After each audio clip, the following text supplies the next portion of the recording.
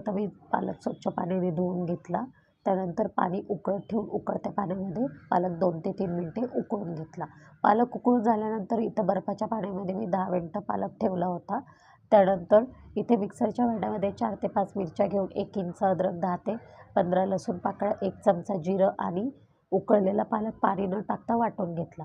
1.5 वाट्या गव्हाचे पीठ घेऊन 1 चमचा रवा घ्यायचा, 1 चमचा बेसन पीठ आणि 1.5 चमचा पांढरे तीळ घालून पालकाचे मिश्रण टाकून मीठ घालून घट्ट असा पाणी न टाकता गोळा तयार करून घ्यायचा.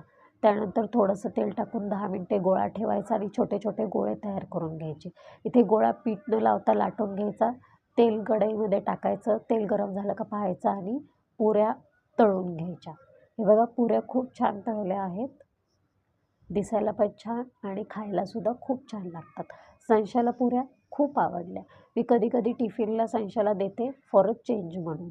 तर इथे पुऱ्या बघा, तुम्ही आतूनसुद्धा खूप छान दिसत होत्या आणि खायलासुद्धा खूप छान लागत होत्या. त्यानंतर कोणाला तेलकट नसेल आवडत तर तुम्ही पालकाचे पराठेसुद्धा तयार करू शकता.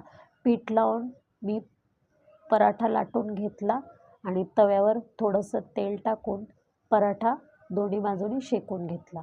पराठ्याला तुम्ही तूपसुद्धा लावू शकता. मी इथे बटर लावले होते, त्यामुळे धूर निघत होता. बटर लावून पराठा छानपैकी शेकून घेऊन तुम्ही केचपबरोबर खाऊ शकता किंवा कोणाला लोणचं आवडत असेल तर लोणच्याबरोबरसुद्धा खाऊ शकता. हिरवागार पराठा दिसायला छान दिसत होता आणि खायलासुद्धा.